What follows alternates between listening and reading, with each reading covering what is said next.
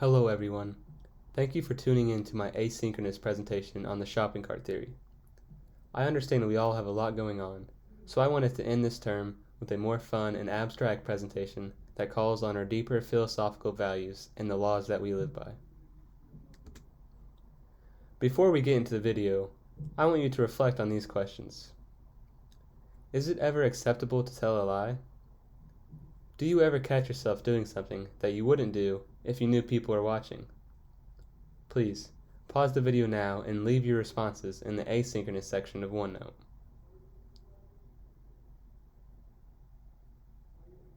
Without any further ado, let's get right into the video.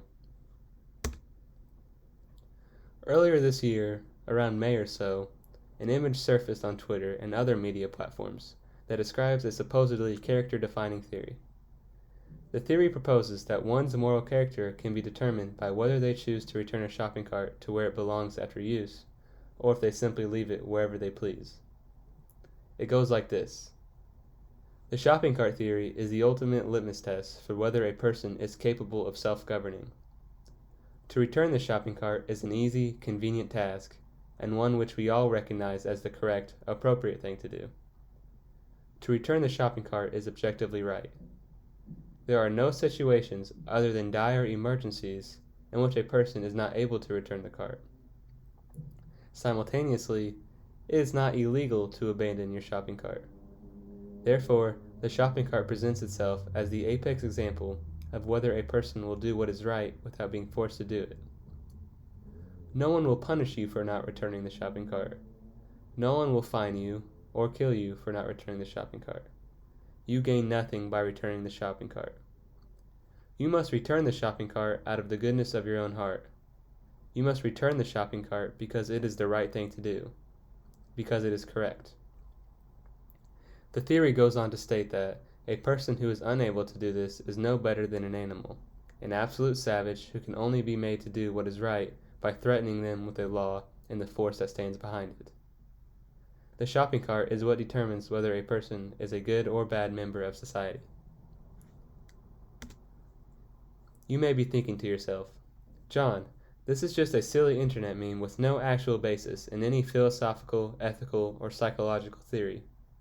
Well, while the shopping cart theory itself may be just a fun theory to discuss with your friends, it is actually rooted in the ethical view known as moral absolutism, or the view that all actions are intrinsically right or wrong. This, of course, is the opposite of moral relativism. Let us go together to watch a video discussing the two.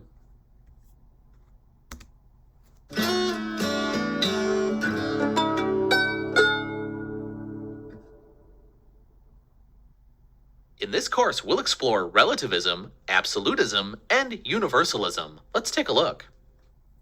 Ethical relativism describes the position that what is good or bad changes depending on the individual or group, and that there are no moral absolutes. Relativists believe that what is right is determined by the culture and/or individual belief, and that there are no universal laws. One may look to anthropology and the rise of social science to explain the popularity of moral relativism. Over the course of studying different societies, past and present, primitive and sophisticated, anthropologists have found that there are very few universals across cultures. Basically, cultural relativism defines good as that which contributes to the health and survival of society. Cultural relativists recognize that cultures have very different definitions of right and wrong, and moral relativists argue that there are no fundamental or absolute definitions of right and wrong. Absolutism, as previously discussed, is the position that if something is wrong, it's always wrong. In opposition to cultural relativism, absolutists argue that just because there may be cultural norms endorsing some things, the norms do not make these acts moral, and there are absolute rights and absolute wrongs, whether we agree with them or not.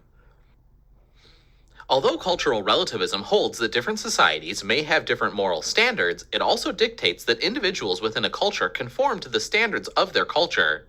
Therein lies a fundamental flaw with the relativist approach. If there are no universal norms, why should individuals be required to conform to societal or cultural norms? If their actions are not accepted today, it might be argued that they could be accepted tomorrow, if not by their society, perhaps by some other. Relativism allows for different rules and different judgments about what is good. Proponents argue that it promotes tolerance. Universalists argue that if moral absolutes are removed, subjective moral discretion leads to egotistic and nationalistic rationalizations. Universalism is a similar concept in that it's the position that if what is considered wrong is wrong for all people, for all time, and if one wants to perform a certain act, one would have to agree that anyone else should be able to do it as well.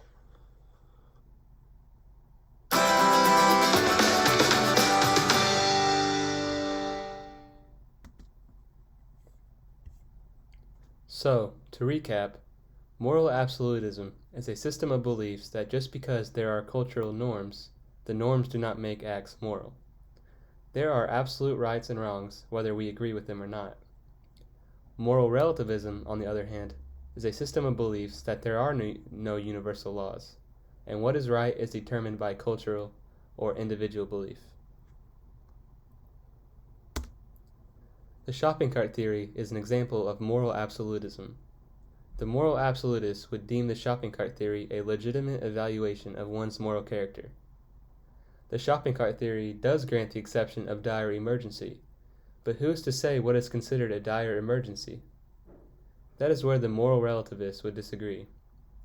They would argue that there are many circumstances outside of dire emergency, such as one being disabled, or the person who is able to return the cart had other burdens that kept them from remembering to return the cart, such as a parent trying to care over their screaming children. To go along with that, a moral relativist would argue that a simple elementary task is not sufficient enough to completely define one's character. Just because they refuse to return the cart where it belongs, does it make them a bad person? The moral relativist would say no, while the absolutist would lean towards yes. The shopping cart theory grants us the opportunity to think about our lives from a philosophical standpoint. How do we go about ourselves? What rules or laws, whether consciously or subconsciously, do we live by? I have my own thoughts on this matter, but I would like to hear from you all. Please, at the conclusion of this video, answer the following questions in the asynchronous section of OneNote. Do you consider yourself a moral absolutist or a moral relativist? Somewhere in between? Is there any way to combine the two schools of thought? Are there any situations where returning the shopping cart is not the objectively right thing to do? Is it immoral to live by a code of ethics that fluctuates depending on the situation? Is there ever one trait or characteristic that can completely define a person? Once again, thank you for taking the time to view this presentation. I hope I have evoked some productive thought on this topic. These abstract philosophical concepts always intrigue me, and I am glad to share them with you today. Thank you.